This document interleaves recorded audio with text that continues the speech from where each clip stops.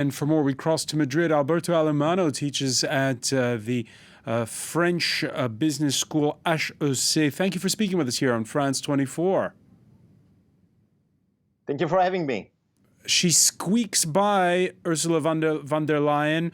At the end of the day, does it matter? Will it be forgotten, or is this something that will hang over her?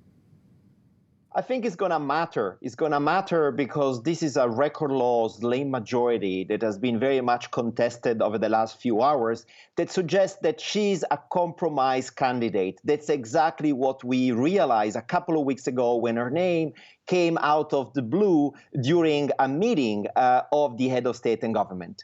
She will be a compromise candidate for long, and this will certainly shape the next 5 years and the composition of our College of Commissioners over the next 5 years.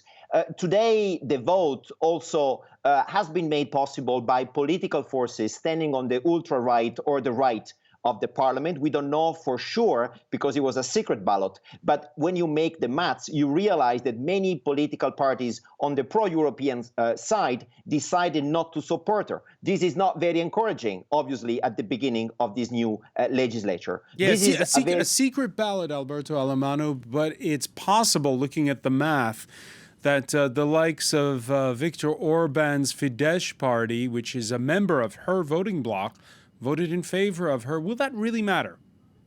I think it will. As you know, one of the major challenges facing the European Union today is what kind of values today we stand for as a union. And many of those countries that you have mentioned in Central European, but also in the south of Europe, including Italy, are today challenging those values. So to what extent she will have the political ability to actually take seriously the rule of law as a principle to be enforced on the very same politicians who today have been giving her support.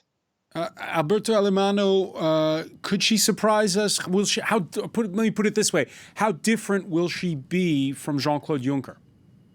Very little, very little. I think most of the observers won't even notice a difference. There will be a lot of continuity. That's what we heard this morning in her speech. There will be a lot of incrementalism, a few steps in the right direction, possibly. That's where the zeitgeist is. She has to do something on the environment and the ecological transition. She has to take a stance on the GAFA and the big technological platforms that are not paying their share of taxes. But we won't see any disruption. We won't see any acceleration that is so much needed if you look at the geopolitical landscape in which the European Union has to confront.